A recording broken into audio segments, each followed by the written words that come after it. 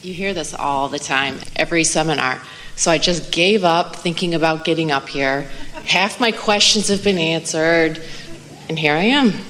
So you let go of the strong question that was causing resistance enough that you couldn't get in the chair? Yes. And now you're going to give it to us? No. Hear this. In other words, we really want to make a point about this. Sure. So you let go of that. And so now what do you want to talk about? Is it different than that was? Well, I feel like it needs to be, because if I focus on that subject, I'm going to have the same negative emotions. So you'll be in the chair and still in a state of resistance. Well, I hope not. Well, you would be. Let us be clear about this. So there's something that's unanswered, and so you let it go. Okay. And when you let it go, you light it up. Yes. And so now you're up here. Don't bring that back. No, and I don't want to. That's the point. We wanted to make sure everyone was understanding. Right. So isn't that interesting? So I'm going to pay a boatload of money. Maybe I'm going to get on an airplane and fly to see this ghost. But I'm not going to be encouraged to talk about anything that's important to me. Because something about talking about what's important keeps it from happening. Right. Good, you got that. Yeah. You got that. So the first segment today I resonated with it unlike anything. It felt so leading edge to me. The whole conversation about Monday really felt good. Oh God, now my mind is going blank with the lions and being more about satisfaction, and I'd really like to go further. The reason that conversation feels so good to you is because it really is the leading edge of this conversation that we're all having together. It's the fine-tuning of why some things feel better than others, and it doesn't matter what it is that you want. It doesn't matter whether it's a material object or a pile of money or a relationship. It doesn't matter what it is. The reason that you want it is because you believe you will feel better in the having of it. So everyone is reaching for this satisfaction. And we want to use the word satisfaction because it's a different word than you usually use when you say, I want to live happily ever after. It's a different word than you usually use when you mean success. I want success. We've been saying for a long time that success is the joy you feel. And today we're saying success is the joy you feel, or the happiness you feel, or the satisfaction that you feel. But there's something about exploring why something is more satisfying than something else is. So if for a little while, whenever you find yourself in a state of satisfaction, just stop and ask yourself, why do I feel so satisfied right now? Is it because I'm alone and my thoughts are clear? Is it because of the ambience? Why does this feel so satisfying to me? And as you ask that question a couple of thousand times in the next month or two, what's going to happen to you is you're going to become consciously aware of what you're doing with the energy in the moment, which is what deliberate creation always is. What am I doing with the energy? It doesn't have anything to do with what anybody else is doing, with what anybody else has created. It doesn't have anything to do with what you've ever created, really. What am I doing with my focus right now? And as you start figuring it out, that, well, because this is what the answer is going to come to over and over again, no matter what the subject, if you feel satisfied, these are the answers that are going to occur to you. You're going to say, you're going to know, oh, I'm in a state of non-resistance. And if the satisfaction is high, I'm in a state of non-resistance, and I've been focusing enough that there's some momentum going toward the unfolding or the evolution of the expanding of my desire. My desire is growing without hindrance. That's what the feeling of satisfaction is. My desire is growing without hindrance.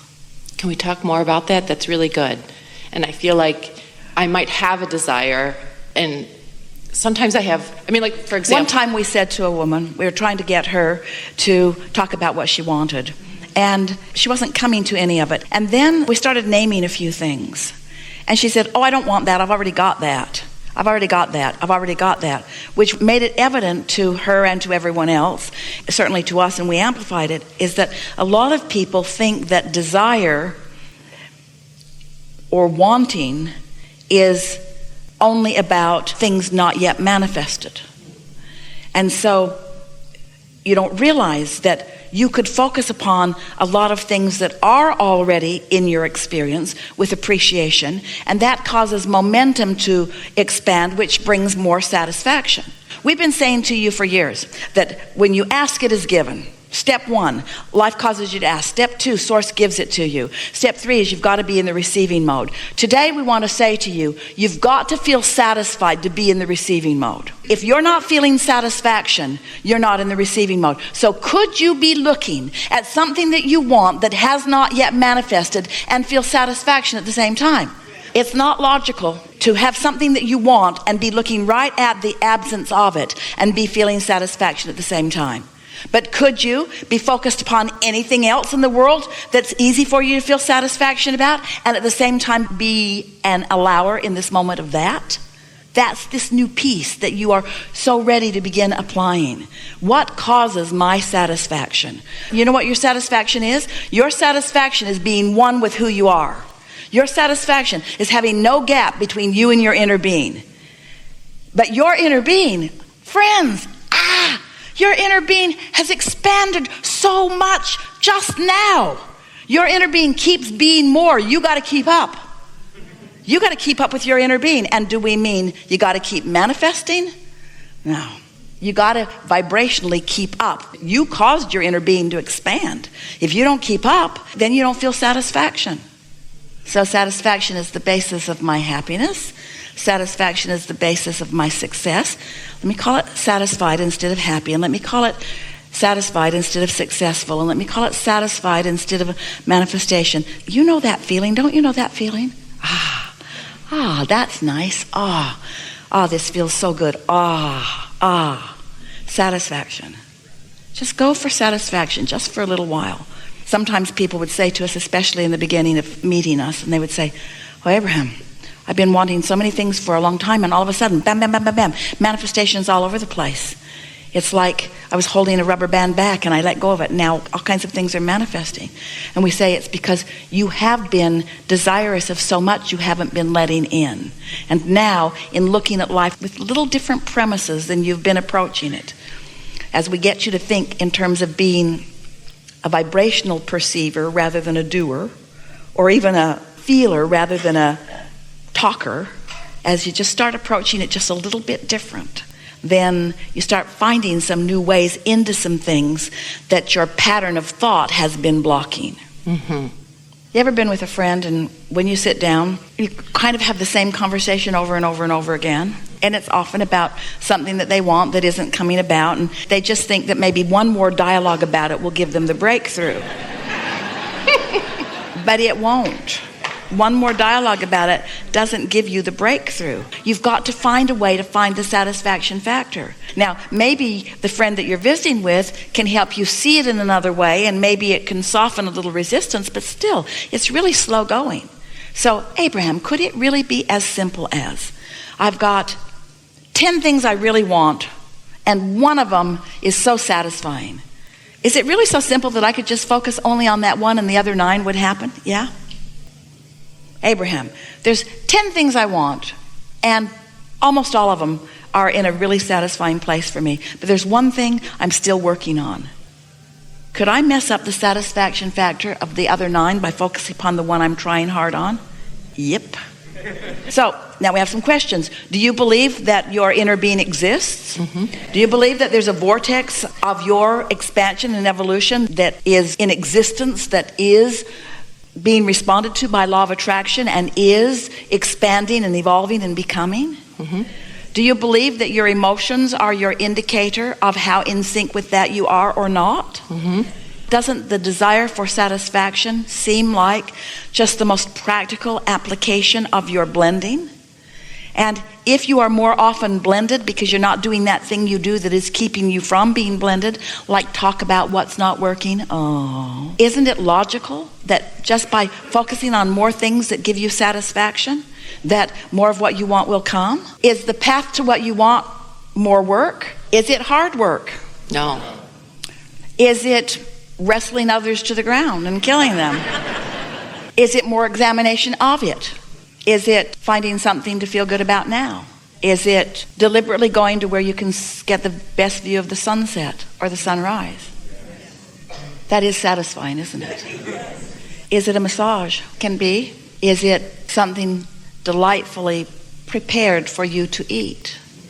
Now, you can mess all of those things up with contradictory thought, but are those things easier? Is it easier for you to feel satisfied when you're on vacation or when you're at work? We're just asking. When you're on vacation or when you're at work? Have you gone deaf?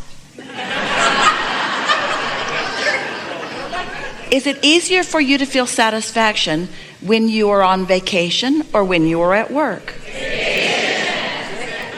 It took a while for you to admit that. Like you thought somebody was going to walk right in the room and fire you on the spot.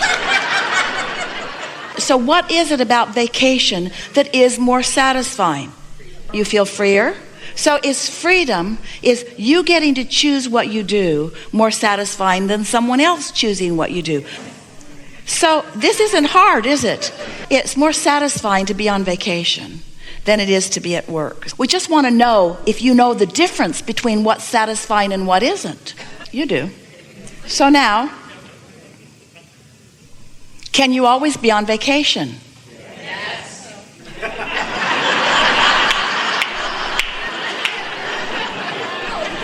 You've read too many of our books.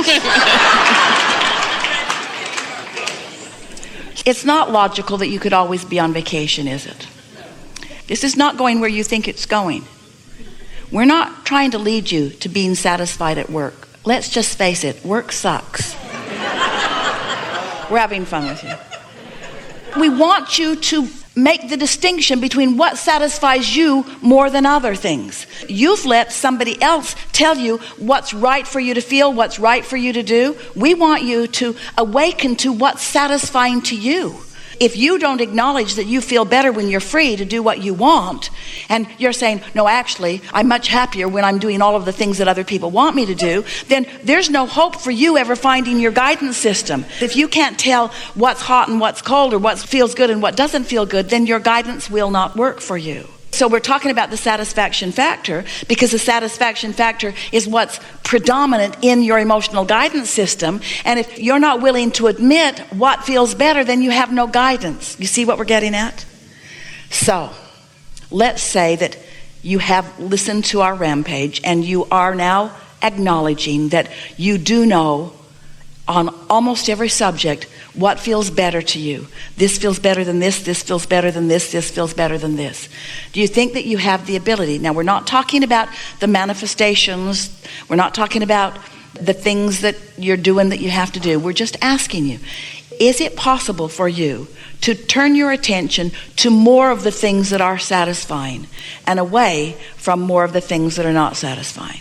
Can you turn on a television program and listen to it and feel whether it's satisfying to you or not? And once you've made that determination, do you think that you now have a stronger impetus or wisdom to move in the direction of what is satisfying and therefore away from the direction of what isn't satisfying? Well, then you're off and running. There will be momentum building quickly toward the things that matter to you. And the resistance that has been hindering you about things that really matter to you will begin dissipating so quickly that your receptive mode of being aware, your feeling of what to do, your impulses are going to be so keen that people are going to begin noticing the difference in your flow. You'll be less halting, you'll be more sure-footed. You'll be critical, not at all. You'll be more complimentary. But most of all, you'll have an attitude, a mood of ease and satisfaction about you. You're going to look like the cat that swallowed the canary.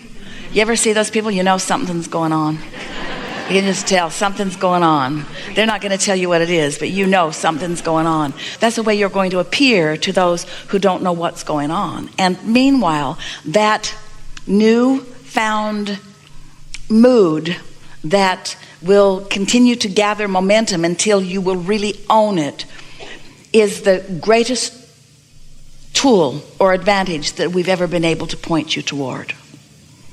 We've been telling you for a long time that life is supposed to feel good to you, and that life is supposed to be fun, and that you get what you want, that the universe is on your side, that when you ask for it, it is given. And now it's time for you to believe that for you. It's time for you to let the universe show you how ready it is for you to be ready for it.